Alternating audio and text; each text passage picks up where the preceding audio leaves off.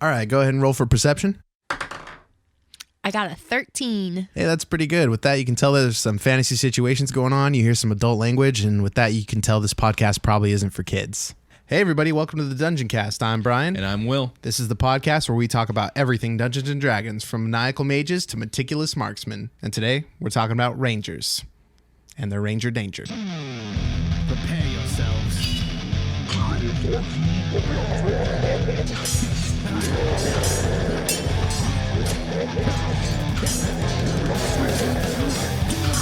I cast Fireball.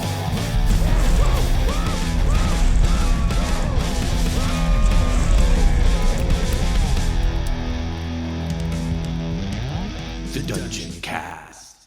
Okay, so I'm excited because today we are talking about my 100% absolute first class and favorite class in the game, the Ranger. I love it. And the Ranger has origins, as many of the things we've talked about in this game, in Tolkien. Yeah. What do you know? Hey, Tolkien, we meet again. Yes, the original inspiration for the Ranger is Aragorn, son of Arathorn, who is, they call him a Ranger in Lord of the Rings. He's a member of, I think, the Rangers of the North, I think they're called. I could be wrong on that. But he is a warrior of the wild. He's a survivalist. He is capable of surviving for however long he needs to out in the wild. And he does a lot of things in both the movies and the books that are like staple Ranger behavior or features or abilities. Those marks of what makes a ranger a ranger. Exactly. First and foremost, for me personally, that I find is a very Ranger-esque feature, even though now it's kind of spread to almost any class.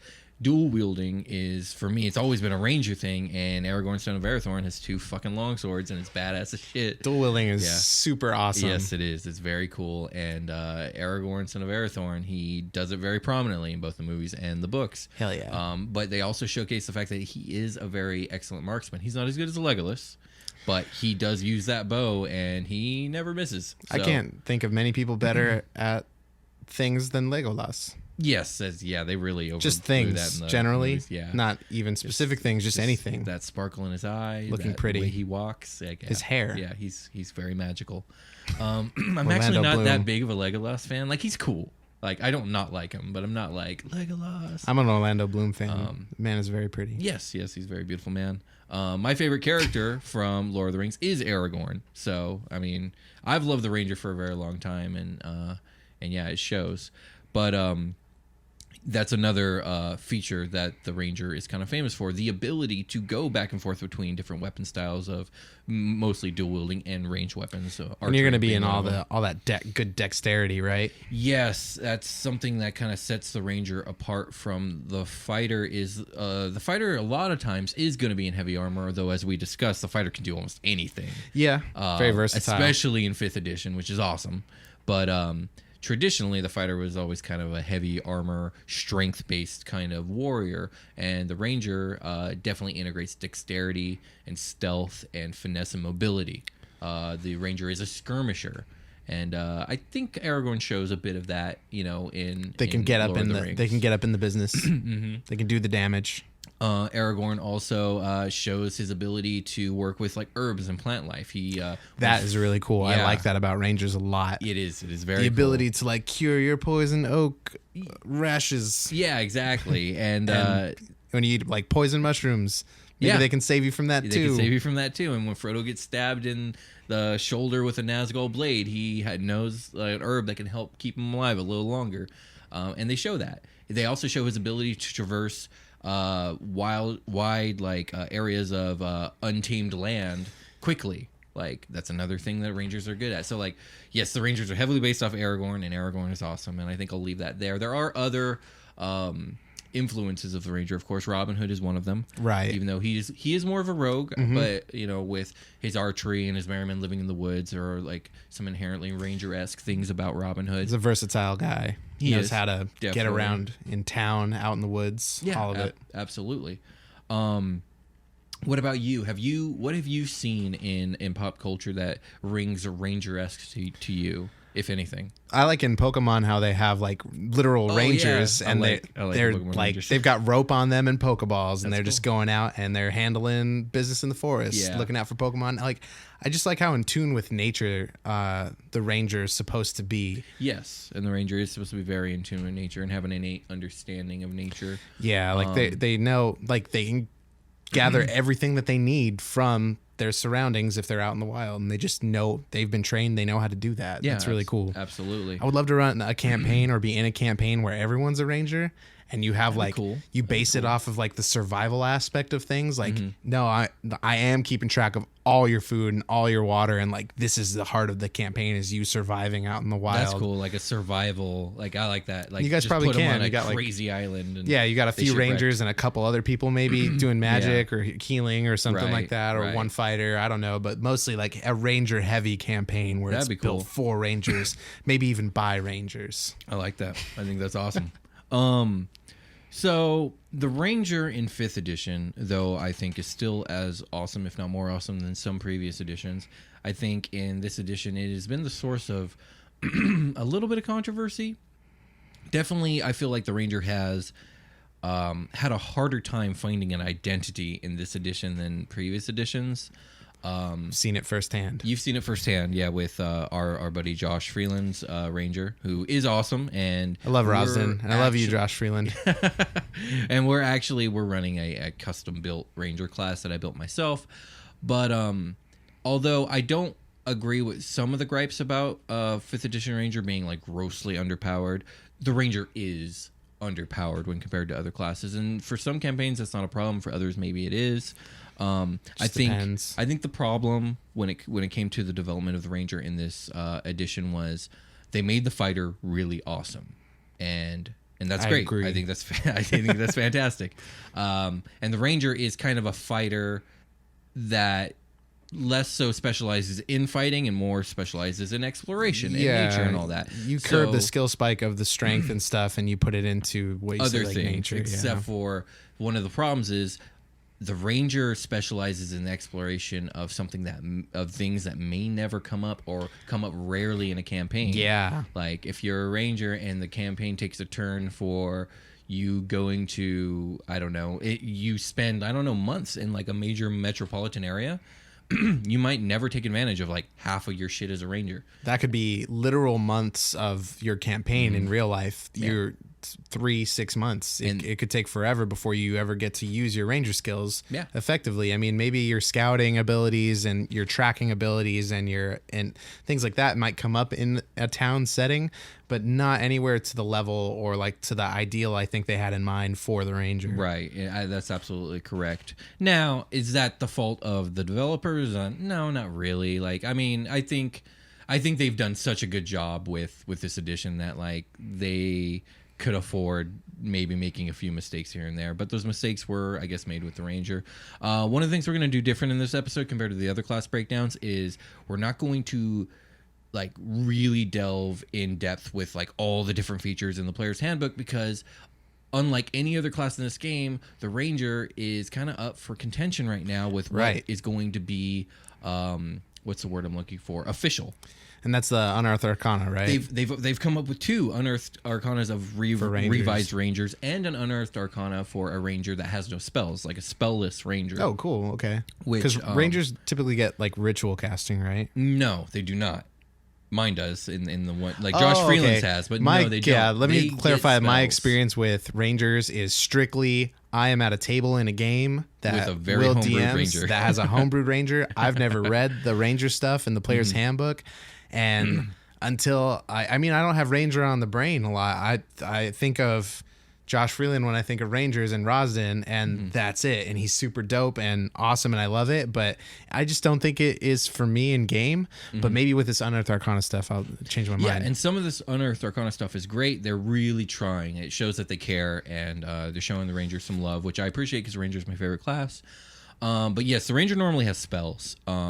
It's what's called a half caster, so they gain spells and spell slots at half the rate as a full caster, such as a wizard or sorcerer or cleric or the like.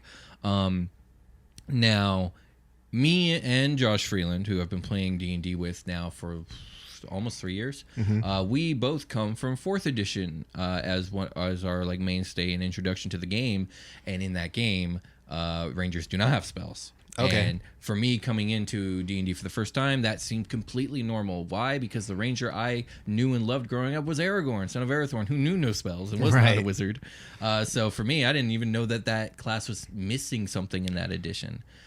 Which might be considered heresy in the eyes of like maybe like a older 3rd players. edition player. Yeah, 3rd or 2nd or even original. That's kind of weird D&D because like when you were like, oh, I know they spellcast. I thought it was rituals, but you mean like they're burning slots? Yeah, they got slots. They're picking. They have a table They with can cast spells. cure wounds. Are there spells dedicated to them? Like if how does that work exactly? They are. I'm trying to remember. I think in the player's handbook they learn a certain number of spells, much like a wizard or sorcerer would. Okay. So it's not like a cleric or paladin or So druid. they get to pick from a type of spellcasting, like a school. No.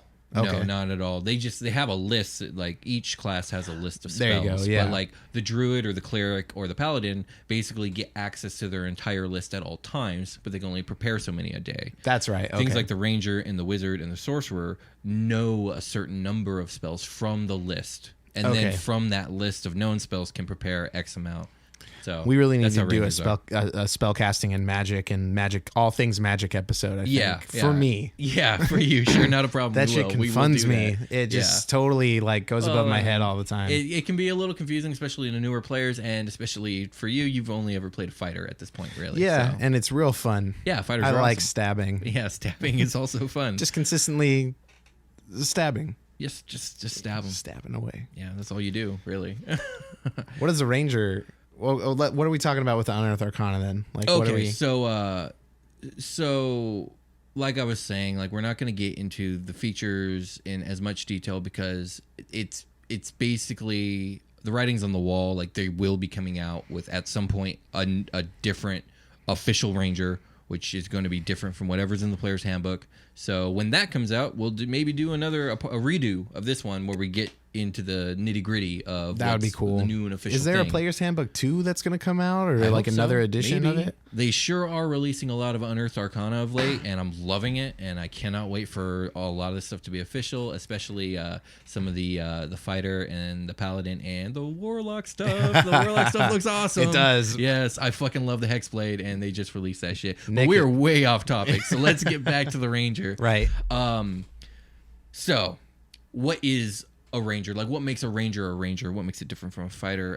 And most of that is, again, the nature survivalistic kind of thing. And I feel like Mike Merles and his team, when they were developing the ranger, they said, let's focus on one of the pillars of D&D, exploration.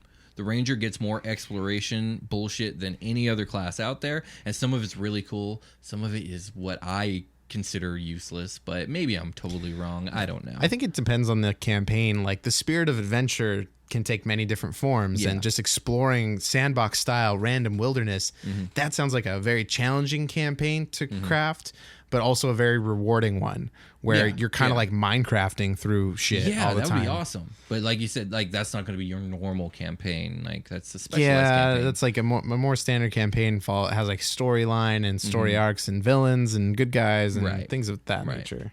Or just like completely interesting events all the time. Well, I digress. We should move on. Okay. Continue with. So that's what they did with the Ranger in 5th edition. So you have all kinds of things like specializations in your different terrains and specializations in different like tracking and hunting and whatnot. The ability to forage for food, never losing your way, stuff like that. Super good. Which is all really cool. But what I think we'll talk about too is there are some major Ranger features that have kind of been present, across all editions. Which the first one we'll talk about is Rangers have almost always had a favored enemy of sorts. Yes. Not in 4th edition, but in pretty much every other edition, they have a favorite enemy, which just means like you get to pick a type of enemy, and your character is particularly good at hunting down, understanding, and tracking and killing these things. Now, 5th edition did kind of deviate from the killing part because in the player's handbook, there isn't any combat bonuses against your favorite enemy. Okay. In previous editions, there was. Like you knew their weak point or something like that. Well, basically, you would get like a flat bonus to attack or damage rolls against your favorite enemies, and they strayed away from that in 5th edition. Okay. For reasons. I don't know what those reasons are, but for reasons. But the specializations, the specific types of monsters that you can hunt down are whole categories like fey creatures, or monstrosities, oozes, constructs, undead. So not just one monster, but like a monster, monsters in a big span of area. Exactly. Okay. Giants, celestials, I think might be one, fiends, stuff like that. Now, humanoids is another one, but since humanoids is I was going to ask you about that. Yeah, it's a very broad type. It would have to be like humans. You get to pick 2 specifics. Okay, 2 specific breeds of humanoid. Yes, exactly, and or races of humanoid. I don't know. Our ranger in our party chose humanoids and as his initial favored enemy, and he chose humans and orcs. Orcs, yeah, those were the 2 humanoids he chose. Yeah, he fucking hates orcs. Oh yeah, yeah, that's like a running theme. Like it is. I think part of our campaign where we left off was Rosin hating orcs so damn much he that tortured one for 2 hours. Well, like it kind of tore us away from like other paths we could have taken to primarily just go fuck up some orcs. He is often full of bloodlust for those orcs. I'm with it. Yeah, well, you guys fucked up those orcs, I'll tell you that. And the ranger will gain more favored enemies as they level. And probably the second most common feature across the editions for the ranger is favored terrain. So your ranger probably ranges in a particular area and is really good at ranging in those areas. That comes in so when it's not coming in handy, it's not coming in handy. But when it is coming in handy, it's coming in so handy. Yeah, like climbing that fucking mountain that you guys have been climbing for the last 2 sessions. Yes, yeah. Just like extra good at it. Yeah, okay, because that's his favorite terrain. He's just super good at it, and he gets all these bonuses, and he can't get lost, and yada yada yada. We're like superheroes on the mountain. Exactly. With this guy leading us. He is. You guys are just like in his wake. We're his sidekicks. Yeah, exactly. He's Batman, and you're all his Robins. You're his Bat family. So yeah, those are the 2 main ones. And your favorite terrain can be, there's a list, but it's gonna be things like forests, plains, tundra. Does it get as specific as like swamps? Coast, swamps. That's another one. Mountains. I would argue that there should be another one added to that list, and it could be considered civilization or maybe urban settings.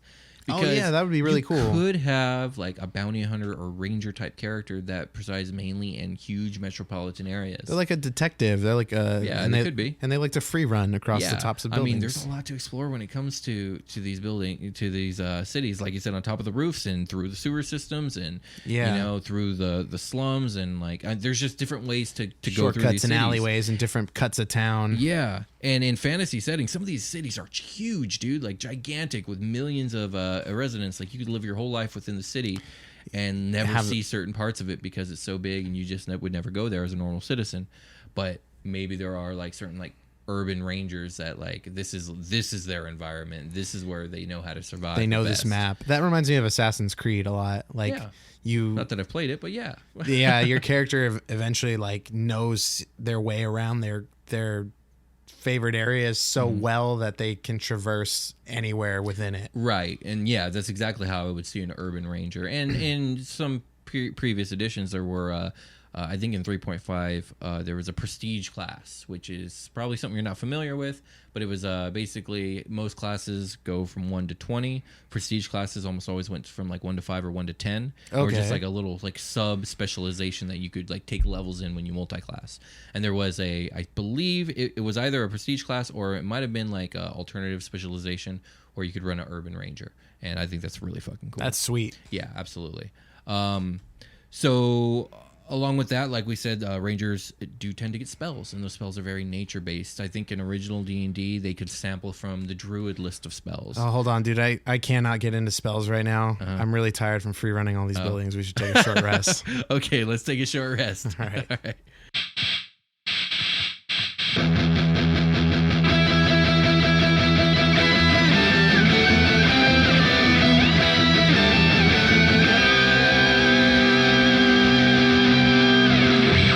Hey everybody, we really want to thank you guys for listening and watching so much. We really appreciate it. All the people that have been coming out to hit those likes and subscribes and review us on iTunes and all that stuff, following us on SoundCloud. it means so much to us. We just really want to take this time to thank you. I think Will has some people that he would like to thank in particular that have been really promoting us on Twitter. Really appreciate that. Yeah, absolutely. Again, thank you to everybody, but I wanted to do a special shout out to 3 individuals. Number 1, Christian Fuchs on Twitter, who has been tweeting out about the show. We really appreciate it, man. Thank you so much. I'm glad you're enjoying the show. Yeah, thanks, dude. Yeah, absolutely. Thank you so much. And also to DM Red Fox, also on Twitter, and Evans Design. You boys have been with us since the beginning, and we're appreciating all the liking and subscribing and comments and stuff that you guys have been doing. We see it, and we just want to tell you how much it means to us. So thank you so much. Yeah, definitely, guys. Can't say it enough. Everyone who's been consistent with commenting on our YouTube stuff, that's really helping us get some looks at our stuff, which we really need.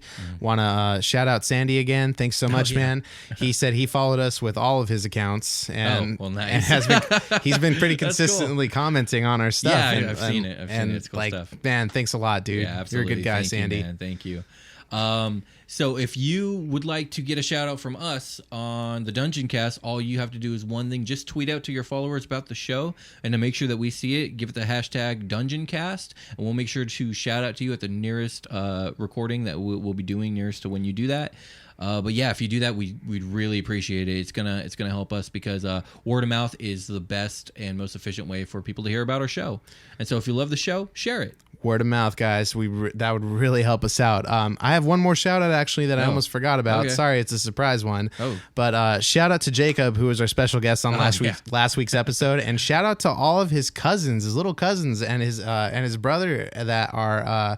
They've taken a liking to our show. I know we say at the beginning the show isn't for kids, probably not, but a surprising amount of kids listen to it. Oh no! And they have pledged to hype us up, my dude. Right. They have come out of the woodwork. I think that's Jonas and Marco and Ethan and Gavin and Dakota. Like, thank you guys so much. Appreciate you a lot. Awesome. Thank you guys so much. And with that, are you all rested up? You ready to jump from building to building? Only if I tell people to follow us on that Twitter account at the Dungeoncast. You can comment on our stuff. Find us on iTunes. We host our podcast on SoundCloud.com. Please review us on iTunes one more time. And thanks. And yes, now my rest is complete. All right. Back to the show. Back to the show.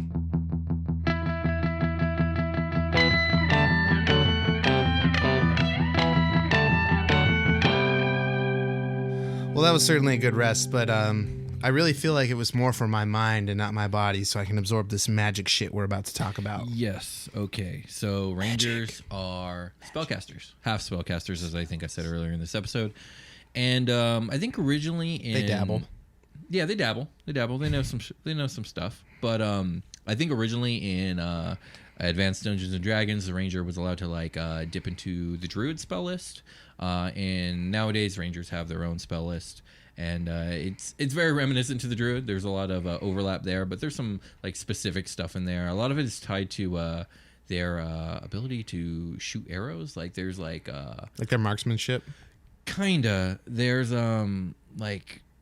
spells where they can just rain down like a volley of arrows just magically. Oh, that's cool. Yeah, which is cool. Yeah, I do that in Diablo. Cool. And then there's like lightning arrow and stuff like that they can cast. Not as much love for the dual wielding Rangers when it comes to spells. Although I guess that makes sense since they're using both hands with the swords, but you should be using both hands with the bow too. So I don't know. There just isn't as much love for them. But yeah, spells are Rangers are traditionally spellcasters, which I always thought was strange. Because again, I was familiar with Aragorn. Yeah, I think of like a nature, like rough and tumble type. Exactly, and I was familiar with Aragorn, and I jumped into 4th edition, where again the Rangers were an amazing class. That was they were damage dealers in that edition, and nothing compared to them. Like a Ranger would fuck your life up. It didn't matter if it was dual wielding or with a bow. Yeah, range. They were fucking your life up. Nothing like getting fucked up at range. Yeah, I know, right? But so for me, the spellcasting was always a little odd, and I think for our Ranger in our party, it was a little odd too. And he wasn't too happy with the combat capabilities of his Ranger, so we ended up tweaking and making our own class. Which what's cool about 5th edition is they make it really easy to homebrew races, homebrew classes, to homebrew anything really. Like it's so well structured and so easy to pick everything apart that it's easy to put it back together. So we came up with a Ranger that was semi-spellless. I ended up doing a thing where I allowed him to cast certain rituals. Yeah, that's what I'm familiar with. And it feels much more what me and Freeland liked out of a Ranger. Now, I can tell you how balanced it really is. It's working well for our game. If anything, he's still underpowered compared to you guys, even if less so. Yeah, I think we face a lot of combat and like big combats where like you can tell over time like the difference in damage from the paladin who's at the top, the fucking paladin dude, fucking Jake, to the fighter to the ranger, and we're not even going to talk about Thanic because he's a spellcaster. He's pumping blowing shit up. Yeah, he's just shooting cannons out of his hands and shit. Seriously. So whatever. Although he did almost die last session, so there was that. It took a crit miss. That's true. Like before combat. That's true. Yeah. And also another thing I did to bring up the DPS for the 5th edition Ranger is I got some features going in the homebrew class where he can dip into poisons and poultices as things that he can do. Which is really cool. I'll post a link to, if anyone is interested in seeing the homebrew Ranger that I cooked up, I'll go ahead and post a link underneath the video or underneath the podcast feed. I like it a lot. The poultice thing is really cool. It kind of, that seems like, I natured up some fucking wound healing shit. That sounds like a Ranger to me. Yeah, it does, right? It reminds me of Fellowship of the Ring. Yeah, dude. And like, I natured up some poison shit. Let me just dip my arrow in that. Yeah, it just make sense? I feel like it does. But moving on to the official stuff and away from the homebrew stuff that I don't want to just sit here and toot my own horn. My Ranger's awesome. Fighting styles, which we've talked about a little bit here when it comes to the Ranger. Again, traditionally the Ranger's always kind of specialized in two, which is the dual wielding and the archery. In this edition, they actually make it perfectly acceptable and fine to do almost any fighting style similar to a fighter. So you have like a spear and shield or a sword and shield. You could do, however you want to. Yeah. I can't see a Ranger with a shield. It doesn't feel rangery, I agree, but you never know. Like, everyone has a different character concept. Yeah, you branch out. Maybe if I saw it, it would change my mind, I'm sure. Yeah, well, I mean, Link is very Ranger-esque in a way. And he has a sword and shield, although he's not a Ranger. But he does Ranger stuff. He does everything. Link does everything. Link is like 5 classes combined. He's just courage incarnate. Yeah, right. What he is he's like a whole party in one. Because you're traveling alone. In D&D, you're traveling in a party, so everyone has to specialize. How do you debuff a character like that? Oh, yeah, he just won't fucking talk ever. Yeah, ever. But everyone will love the guy. Yeah. And just pretend, act like he's talking. Yeah, exactly. They just understand everything by looking into his eyes. Oh, man. So... Breath of the Wild. I can't wait. The next, and that he'll be very rangery in Breath of the Wild. Even more rangery. Yeah. Land traverser, sandboxy. Excellent. Can't wait. One of the final ranger feature that I want to talk about that is definitely across pretty much all editions is the ranger is a class very well known for having a functional pet companion that works both in and out of combat. Pandora. He's got his wolf Pandora. That's Rosden again. Yeah, he's got a wolf named Pandora. Although no, he doesn't anymore. He sent her away. Yeah, that's canon. She'll be back.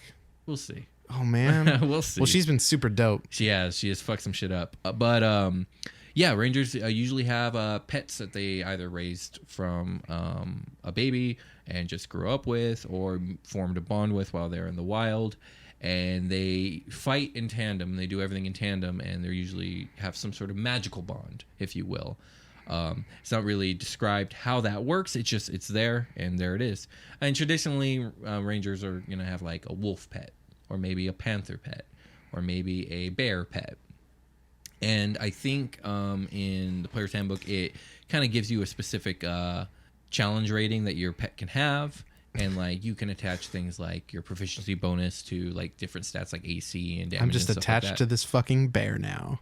Yeah, like I just have this moon satellite bear weapon. Pretty much, yeah. That's one way to think about it. Now that's gotta suck rolling into towns because I don't think most towns are gonna let you just fucking walk your bear in. Satellite town bear weapon. Yeah, just there it goes. Just patrol this fucking town.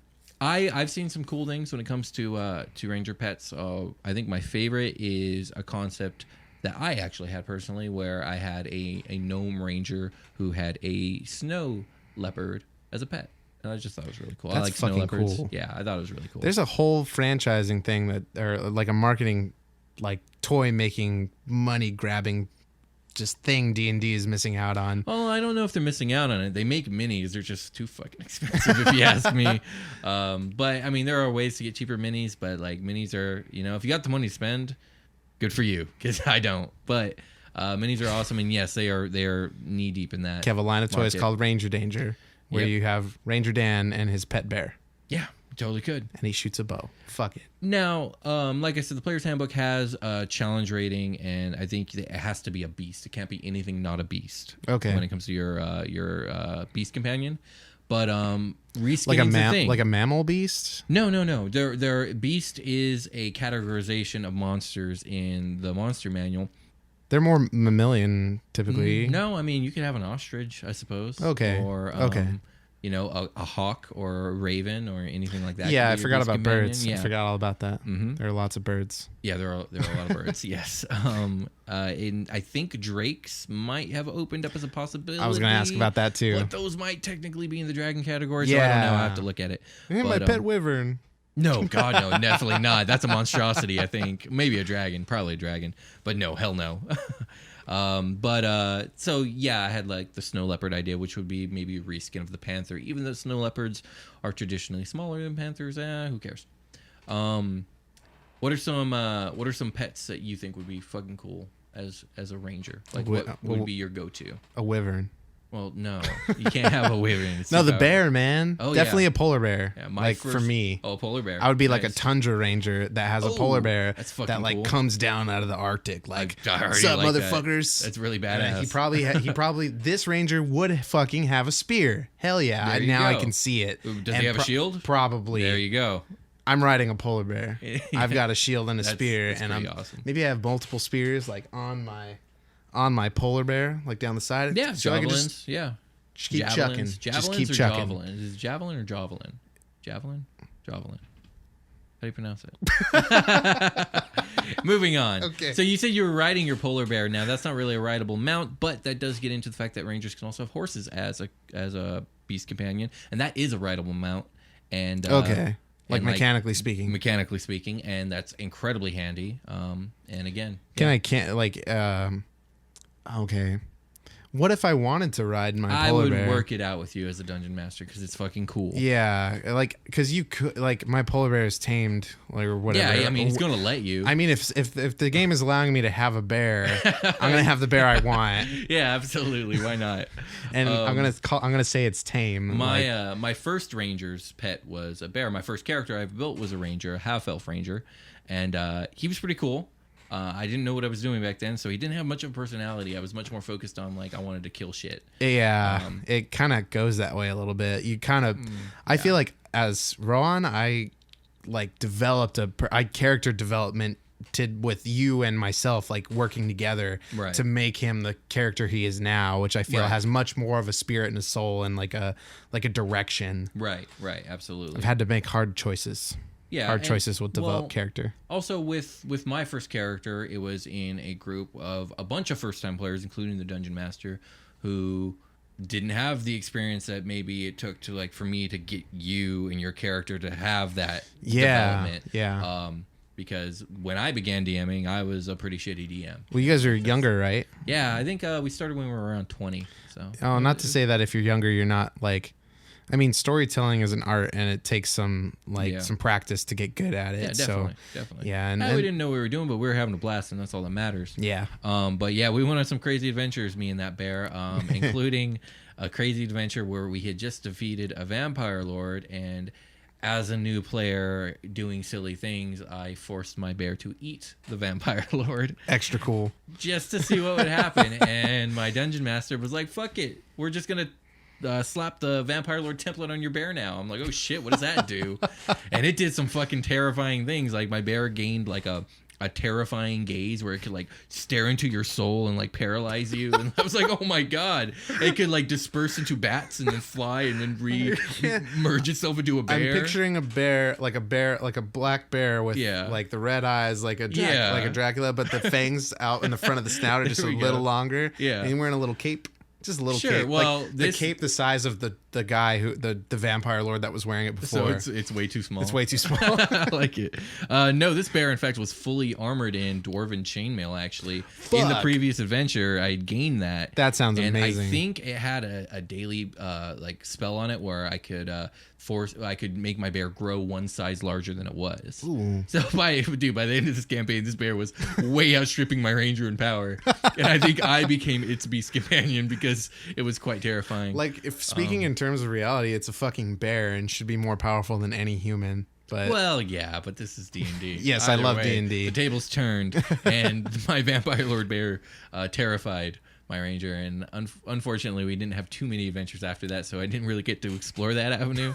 But D&D's wild sometimes, man. You got that vampire bear cheat code and beat the game. Yeah, there you go. That's exactly what happened. That was a fun game just because it was a little different. There was only 2 players. It was me, one of my buddies, and then one of my other buddies was DMing, and it was kind of like a dual striker combo between my ranger and my buddy's rogue, and we were just kind of like the dynamic duo, just coming in and fucking shit up all the time. Nice. Just dealing damage is what we did. A lot of fun. I love D&D. Any other questions about the ranger? I feel like I got a pretty good feel for him right now. Man, I want to ride a polar bear. Oh yeah, I can't stop thinking about that. But not really. I feel like I've got a good feel for what the ranger is and can be, and what it could be. Yeah, You know, it can be a lot of things. One of the cool features that I hope they bring back from 4th edition when they finally revise this ranger, and I do hope they revise it. I mean, they've put so much work into revising it. Like, they better do it. But one of the features that I hope comes back is the Hunter's Quarry feature from 4th edition, which you basically choose a quarry that your ranger would focus in on and like kind of like enter like a Zen state or like a hunter state. And while you're in that state and you're focused on your quarry, you gain extra damage and stuff on them.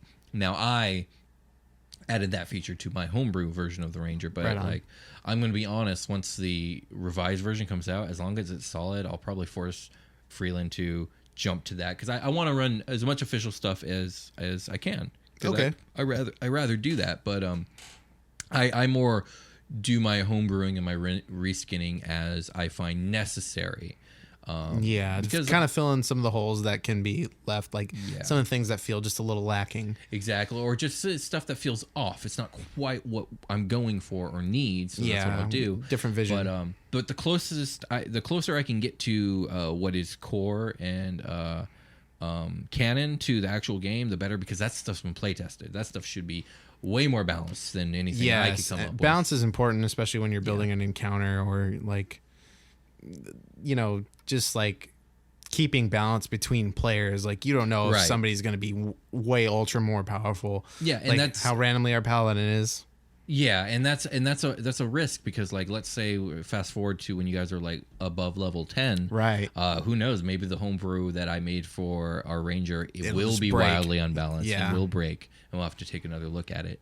So I mean, that's just a danger of homebrewing, and you adjust accordingly. Yeah, luckily everyone's already in the mood to like tweak stuff as it is. If you're running a homebrew, you should probably be comfortable with the idea of changing it to fit this. Really cool, because like in 4th edition, homebrew was not very well encouraged. It was kind of hard as hell to do.